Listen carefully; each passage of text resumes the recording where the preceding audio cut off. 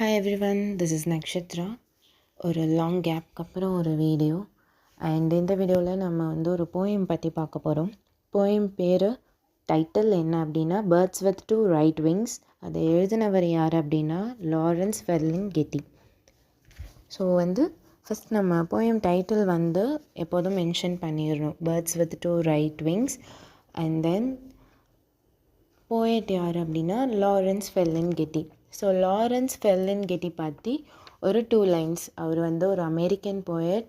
அவர் March 22, 1919 பிறந்திருக்காரு. Feb 22, 2021 இறந்திருக்காரு. அவருக்கு age 101 வயசு, 101 வயசு இருக்கும்போது அவர் இறந்துட்டார். அண்ட் இந்த போயம் எதை ஒரு பேஸ் லைனாக வச்சு இந்த போயம் இருக்குது அப்படின்னா அமெரிக்கன் கவர்மெண்ட் பற்றி தான் இருக்குது. ஆஸ் யூஷுவல் அவர் ஒரு அமெரிக்கன் போயட்.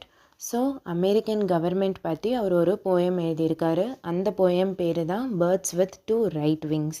ஸோ நம்ம நார்மலாக ஒரு பறவை இருக்குது, ஒரு பேர்டு இருக்குது அப்படின்னா அதுக்கு ரைட் அண்ட் லெஃப்ட் 2 சைட்லேயுமே விங்ஸ் இருக்கும். அந்த 2 விங்ஸுமே ப்ராப்பராக இருந்தால் தான் அந்த பேர்ட் கேன் ஃப்ளை. ஸோ அதே மாதிரி தான் ஒரு கவர்மெண்ட் அப்படிங்கிறது 2 சைடும் பேலன்ஸ்டாக இருக்கணும். பீப்புளும் பார்க்கணும், அதே மாதிரி அந்த அந்த பீப்புளையும் பார்க்கணும். அதே மாதிரி what ever state our country what ever it is அதோட டெவலப்மெண்ட்டையும் பார்க்கணும். ஸோ கண்ட்ரியோட டெவலப்மெண்ட், ஒரு ஸ்டேட்டோட டெவலப்மெண்ட்டையும் பார்க்கணும். அதே டைம் பீப்புளையும் பார்க்கணும். பீப்புளுக்கு என்ன ஆஃபர் பண்ண முடியும், நம்மளால் பீப்புளுக்கு என்ன நல்லது பண்ண முடியும் அதையும் பார்க்கணும். ஸோ இது ரெண்டுமே பேலன்ஸ்டாக இருந்தால் மட்டும்தான் ஒரு நல்ல கவர்மெண்ட் உருவாகும் அப்படிங்கிறது தான் அவரோட கான்செப்ட். பட் இந்த டைட்டில் வச்சு அவர் என்ன சொல்ல வர்றாரு அப்படின்னா birds with two right wings அப்படின்னா, ஸோ அந்த பறவைக்கு 2 விங்ஸுமே ஒரு சைடு இருக்குது, ரைட் சைடு மட்டும்தான் இருக்குது, லெஃப்ட் சைடு விங்ஸே இல்லை அப்படின்னா அந்த பேர்டால் ஒழுங்காக பறக்க முடியுமா அப்படின்னா முடியாது. ஒரு இம்பேலன்ஸ்டாக தான் அது இருக்கும். அதே மாதிரி தான் கவர்மெண்ட்டும். ஸோ பீப்புளை பார்க்காம அவங்க சைடு மட்டும் ஒரு தலையாக இருந்தாங்க, தான் வளர்ந்தா போதும், தனக்கு காசு கிடச்சா போதும், நான் 2-3 மால் வாங்கினா போதும், அந்த மாலுக்கு ஓனர் ஆனால் போகணும், இடம் வாங்குறது எல்லாம் தனக்குன்னு செஞ்சு அவங்களோட க்ரோத் மட்டுமே பார்க்குறாங்களே தவிர மக்களை பார்க்காம இருக்காங்க. அப்படி இருக்கும்போது அந்த கவர்மெண்ட் ஒழுங்காக இருக்குமா அப்படின்னா இருக்காது, இம்பேலன்ஸாக தான் இருக்கும். ஸோ அதை தான் இதில் சொல்கிறாரு. இப்போது இருக்க கவர்மெண்ட் சமுதாய சீர்கேடு நோக்கி தான் போயிட்டுருக்கு அப்படிங்கிறாரு. ஸோ இதுலேருந்து உங்களுக்கு ஒரு கான்செப்ட் புரிஞ்சிருக்கும்னு நினைக்கிறேன். ஏன் இந்த டைட்டில் வச்சுருக்காரு அப்படின்னா, ஸோ பேர்டோட கம்பேர் பண்ணியிருக்காரு. ஓகேங்களா, பேர்டோட கம்பேர் பண்ணியிருக்காரு. ஸோ பேர்ட்ஸ்க்கு 2 விங்ஸுமே ஒரு சைடாக இருந்தால் அது எப்படி இம்பேலன்ஸாக இருக்குமோ அதே மாதிரி அமெரிக்கன் கவர்மெண்ட்டும் ஒரு தலையாக இருக்குது. அப்படி இருக்கிறதுனால நம்மளோட நாடு அமெரிக்கன் கவர்மெண்ட் ஒரு இம்பேலன்ஸ்டான கவர்மெண்ட்டாக இருக்குது. சமுதாய சீர்கேடு, ஒரு எப்படி சொல்கிறது, ஒரு நிறைய ஊழல் நடக்கிறது. ஓகேங்களா, டேக்ஸை அதிகமாக போட்டு மக்கள்கிட்ட இருந்து பணம் பறிக்கிறது, ஒரு டாக்ஸிசிட்டியான ஒரு லைஃப் அவங்க லீட் பண்ணுற மாதிரி இருக்குது under the American government. So இதை ஃபுல்லாக எக்ஸ்பிளைன் பண்ணி அவர் சொல்லியிருப்பார். இதுதான் இந்த போயமோட ஓவரால் கான்செப்டே இதுதான். ஸோ கவர்மெண்ட் எப்படியெல்லாம் சீர்கேடு, முறைகேடு இந்த மாதிரி விஷயங்கள் தான் கவர்மெண்ட் நடத்திட்டுருக்கு அப்படிங்கிறத இந்த போயமில் சொல்லியிருப்பார். ஸோ இதை வச்சு நீங்கள் உங்களோட ஓன் பாயிண்ட்ஸை யூ கேன் மென்ஷன். ஸோ நமக்கு தெரியும் இல்லையா, பொலிட்டிக்ஸ் எப்படி என்ன பண்ணுவாங்க, என்ன பேசுகிறது ஒன்று, செய்கிறது ஒன்றா இருக்கும். ஸோ இது எல்லாமே you can bring up your own thoughts to it. So உங்களோட என்னென்ன தாட்ஸ் உங்களுக்கு இருக்கோ யூ கேன் ஆல்சோ ரைட். அவர் சொன்ன ஒரு தீம்ஸ் இதெல்லாம் நீங்கள் எக்ஸாம்ஸில் பாயிண்ட் அவுட் பண்ணிவிட்டு உங்களோட ஓன் தாட்ஸையும் யூ கேன் கிவ். ஸோ எல்லாமே கண்டிப்பாக ரிலேட்டபிளாக தான் இருக்கும். ஸோ இதில் ஒரு முக்கியமான விஷயங்கள் என்ன சொல்கிறாரு அப்படின்னா, இப்போது ஃபர்ஸ்ட் ஒரு எலெக்ஷன் நடக்குதா, எலெக்ஷன் நடக்கிறப்போ என்னென்ன சொல்கிறாங்க, நாங்கள் உங்களுக்கு அது பண்ணுறோம், நாங்கள் உங்களுக்கு நீங்கள் எங்களை ஜெயிக்க வச்சிங்க அப்படின்னா நான் வந்துட்டு நீட் இப்போது இருக்கிற நம்மளோட இதை வச்சு பார்த்தோம் அப்படின்னா நீட் எக்ஸாமை வந்து நாங்கள் ரத்து பண்ணுறோம், எங்களை ஜெயிக்க வச்சிங்கன்னா நாங்கள் வந்து உங்களுக்கு நீட் எக்ஸாம் இல்லாமல் டாக்டரேட் வந்து படிக்கிற மாதிரி நாங்கள் பண்ணித்தரோம் அப்படின்னு சொல்கிறது. இல்லைனா வந்துட்டு ஒன்று வந்துட்டு மதுக்கடையே இல்லாமல் ட்ரிங்க்ஸே வந்து பண்ண முடியாமல் வந்து எல்லா பார்ஸையும் வந்து நாங்கள் க்ளோஸ் பண்ணுறோம். இந்த மாதிரி எல்லாமே பீப்புள்ஸ் கிட்ட சொல்கிறாங்க. பட் ஆனால் அது எல்லாத்தையுமே வந்து இம்ப்ளிமெண்ட் பண்ணுறாங்களா அப்படிங்கிறது ஒரு பெரிய கொஷின் மார்க் தான். எதுவுமே அவங்க பண்ணதில்லை, எதுவும் பண்ணவும் மாட்டாங்க. பட் அவங்கள நம்ம ஜெயிக்க வைக்கணும் அப்படிங்கிறதுக்காக அவங்க நிறைய இந்த மாதிரி வந்து விஷயங்கள்லாம் வந்து உங்களுக்கு நாங்கள் அது பண்ணுறோம், இது பண்ணுறோம், அதுக்கப்புறம் ஃபேன் தரோம், ஃப்ரிட்ஜு தரோம், லேப்டாப் தரோம், சைக்கிள் தரோம், வாட் எவர் அது எல்லாமே வந்து அவங்க சொல்லுவாங்க. பட் அதை வந்து என்ன பண்ண மாட்டாங்க, செயல்படுத்த மாட்டாங்க. அது மட்டும் இல்லாமல் எல்லா அரசியல் கட்சியுமே இதை தான் பண்ணுறாங்க. எல்லா அரசியல் கட்சியுமே. ஆனால் எப்படி சொல்கிறது, இவங்க ஒரு விஷயம் இப்போ இவங்க வந்து லேப்டாப் தராங்க அப்படின்னா அடுத்த அரசியல் கட்சி என்ன பண்ணுவான், நாங்கள் வந்துட்டு சைக்கிள் தரோம், அதே மாதிரி வந்து ஃபீஸ்லாம் வந்து கவர்மெண்ட்டில் வந்து எதுவுமே வந்து எக்ஸ்ட்ரா வாங்காமல் கவர்மெண்ட் ஸ்கூலுக்கு வந்து ஒதுக்கீடு வந்து நிறையா கொடுக்குறோம் அப்படிம்பாங்க. இல்லை வந்துட்டு கொஞ்சம் ஏழ்மையாக இருக்க பீப்புளுக்கு வந்து நாங்கள் வந்து நிறையா ஆஃபர் பண்ணுறோம், இது எல்லாமே வந்து சொல்லுவாங்க. அதே மாதிரி இது எல்லாம் ஒரு கட்சி சொல்லிடுச்சுன்னா நெக்ஸ்ட்டு கட்சி என்ன பண்ணும், இவங்க 2 பேரும் எது சொல்லலையோ அதெல்லாம் அவங்க சொல்லுவாங்க. ஸோ அவங்க எல்லாருமே வந்து பீப்புளை வந்து பிரெயின் வாஷ் பண்ணி they are making people to vote. யாருக்காவது ஒருத்தருக்கு நல்ல ஓட்டு வரணும், அது நம்ம கட்சிக்கு வரணும் அப்படிங்கிறதுனால அவங்க வந்து என்ன பண்ணுவாங்கன்னா பயங்கரமாக என்னென்னலாம் வந்து அவங்களால சொல்லி உருட்ட முடியுமோ எல்லாத்தையும் உருட்டுவாங்க. ஓகேங்களா? ஸோ கட்சி வந்து டிஃப்ரெண்ட்டாக டிஃபர் ஆகும் அதோட பேரில்.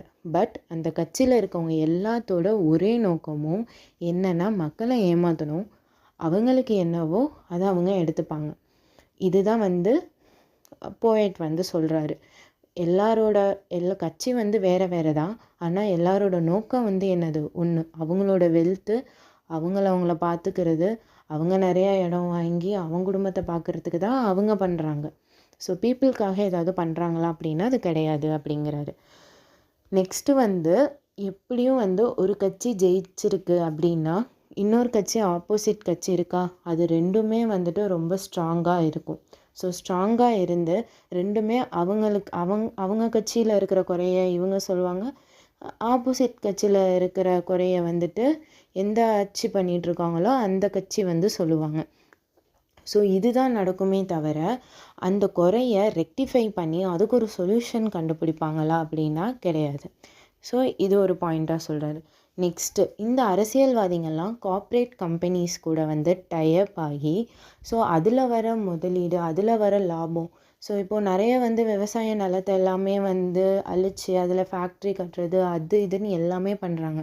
இது கவர்மெண்ட் வந்து இது வந்து ஒரு கார்ப்பரேட் கம்பெனியால் தனியாக பண்ண முடியுமா ஒரு கவர்மெண்ட்டோட சப்போர்ட் இல்லாமல் அப்படின்னா கண்டிப்பாக கிடையாது.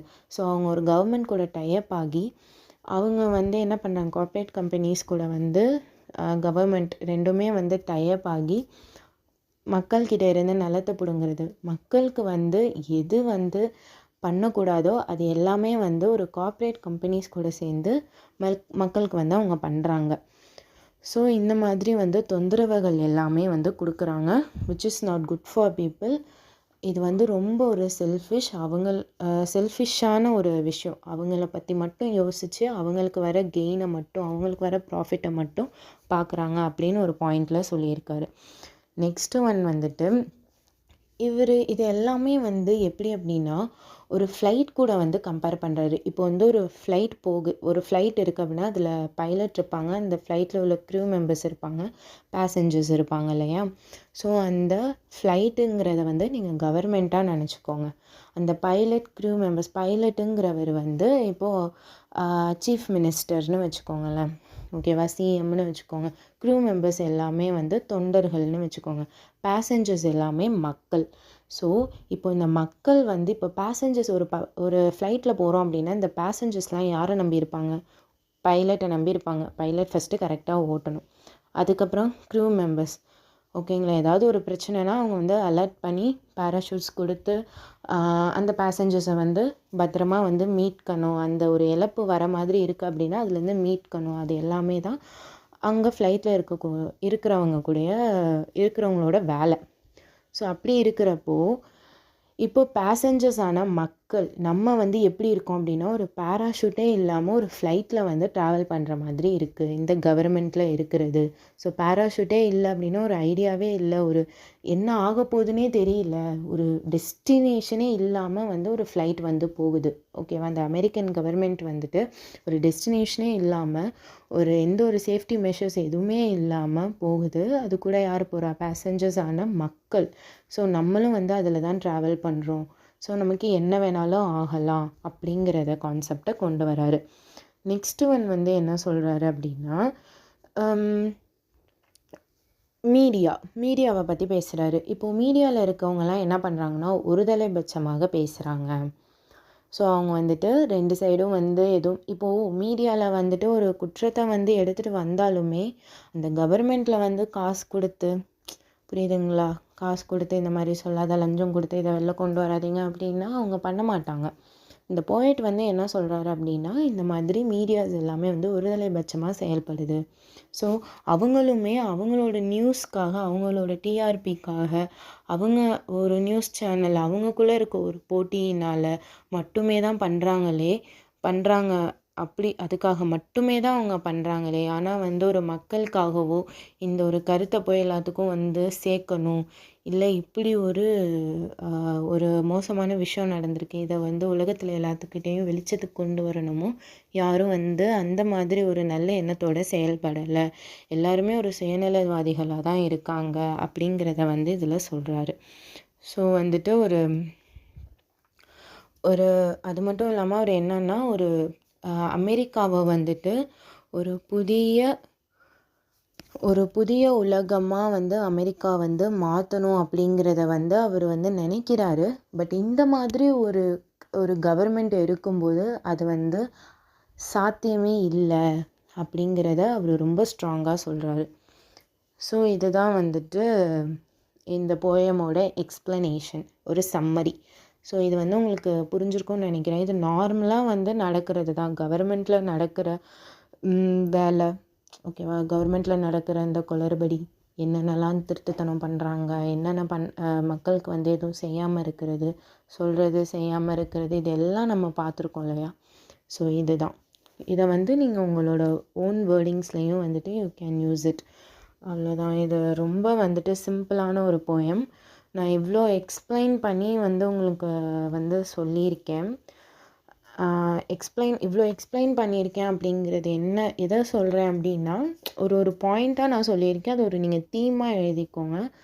ஸோ ஒரு தீம் இதெல்லாம் வந்து அந்த நான் வந்து கொடுத்துருக்கேன் இல்லையா பாயிண்ட்ஸு, அது எல்லாமே வந்து அதில் மென்ஷன் பண்ணி அண்ட் உங்களுக்கு ஒரு ஓன் தாட் இருக்கும்ல, நான் சொன்னதை விட உங்களுக்கு ஒரு ஓன் தாட்ஸ்லாம் இருக்கும் கவர்மெண்ட் பற்றி.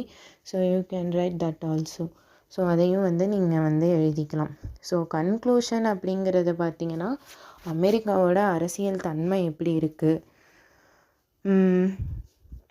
அது மட்டும் இல்லாமல் பொதுமக்கள், அது மட்டும் இல்லாமல் மீடியா, ஊடகங்கள், இதோட பங்கெல்லாம் வந்துட்டு எப்படி இருக்குது, இந்த கவர்மெண்ட்டில் அதோட பங்கெல்லாம் எப்படி இருக்குது அப்படிங்கிறத லாரன்ஸ் ஃபெல்லிங்கிட்டே வந்து இந்த போயம் மூலயமா வந்து சொல்லியிருக்காரு. ஸோ பொதுமக்களை பொறுத்தவரையும் ஒரு ஏமாளிகள் மாதிரியே தான் இருக்கும். ஆனால் நம்மளை முட்டாளாக்குறது, ஒரு முட்டாளாக நம்ம இருக்கோம், நம்மளை முட்டாளாக்குறது கவர்மெண்ட், மீடியா எல்லாமே. ஓகேங்களா. ஸோ இது எல்லாமே ஓட் போடுறதும் நம்ம தான், அவங்கள அந்த பொசிஷனில் உட்கார வைக்கிறதும் நம்ம தான். பட் அந்த நன்றி வந்து அவங்களுக்கு இருக்கா அப்படின்னா கண்டிப்பாக கிடையாது. ஓகேவா. எல்லாரையும் சொல்ல மாட்டேன், பட் இருக்கிறவங்களை வந்துட்டு வளர விடாமையும் பண்ணுறவங்களும் இருக்காங்க. So we can't blame every one. Yeah. So அதுக்கேற்ற மாதிரி தான் இவர் அந்த போயம் வந்துட்டு it's not only for American government. It can எப்படி சொல்கிறது, இதை நான் சொல்லாமல் என்னன்னு தெரியல. Okay fine. ஸோ உங்களுக்கே தெரிஞ்சிருக்கும்னு நினைக்கிறேன். ஸோ இதுதான் இந்த போயம் பற்றி you can come up with your own thoughts and ideas and you can write it also. So நான் இதோட இந்த போயமை முடிச்சுக்கிறேன். Thanks for hearing. அது வந்து நீங்கள் இவ்வளோ நேரம் அதை வந்து கேட்டதுக்கு ரொம்ப நன்றி. Please like, share and subscribe. Bye guys.